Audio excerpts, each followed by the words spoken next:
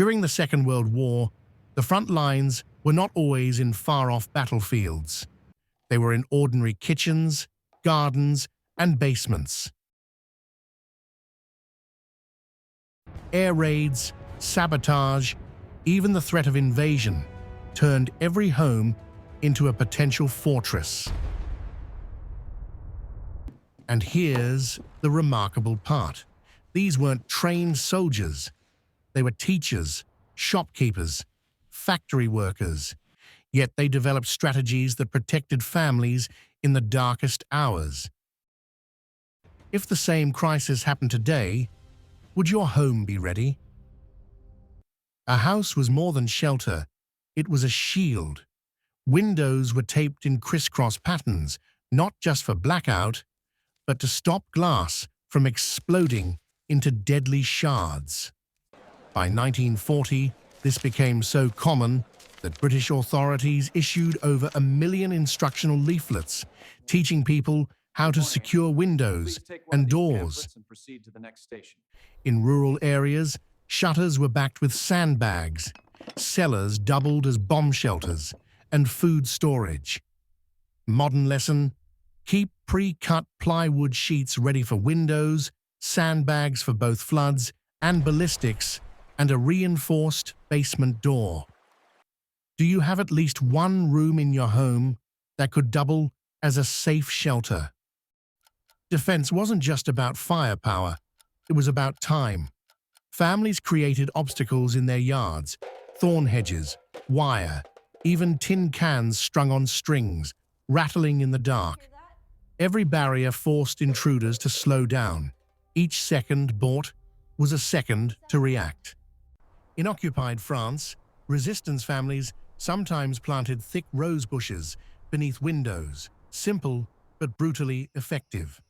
Modern lesson: gravel paths that crunch loudly, thorny bushes under windows, and motion lights acting as tripwires.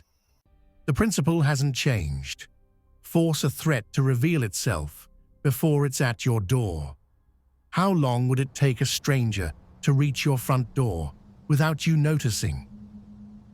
No household stood alone. Wartime neighborhoods organized watches, not just spotting planes, but watching streets, knocking in coded rhythms, or using lantern signals to warn of danger. By 1941, more than 1.5 million civilian volunteers served in Britain's neighborhood watch programs.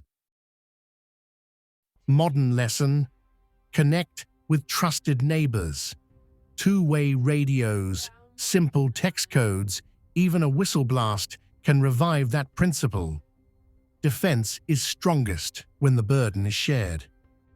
If your power went out tonight, which neighbor could you rely on first?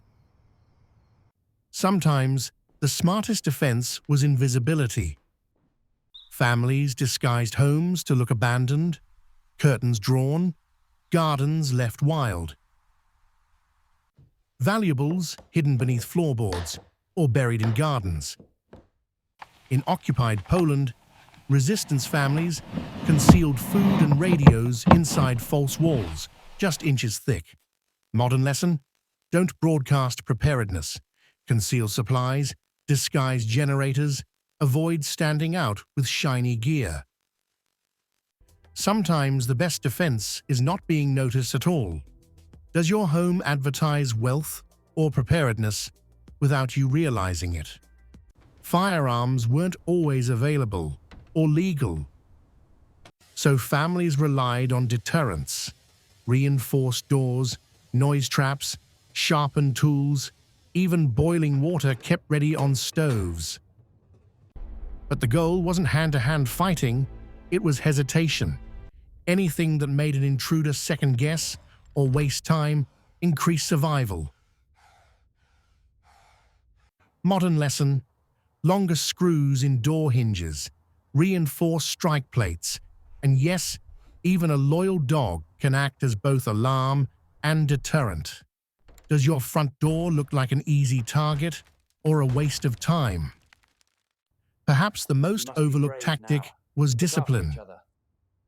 Families drilled regularly, children practiced evacuating when sirens wailed. Go bags, though not yet called that, were kept packed with food, clothes, and essentials.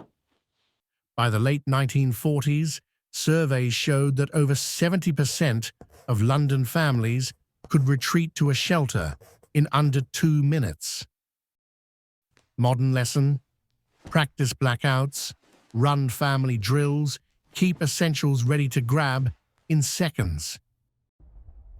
Discipline is what turns fear into readiness. If the lights went out right now, how fast could your family gather in one safe room? These tactics weren't written in military manuals. They were born in kitchens, gardens, and neighborhood streets, from ordinary people in extraordinary times. Reinforcing windows, layering defenses, sharing vigilance, concealing wisely, and practicing discipline. These weren't just relics of World War II. They are timeless lessons. Because in the end, home defense is not about weapons alone. It's about foresight, community, and resilience. Yes, it's good to... If this history inspires you, subscribe for more forgotten tactics and lessons that still matter today.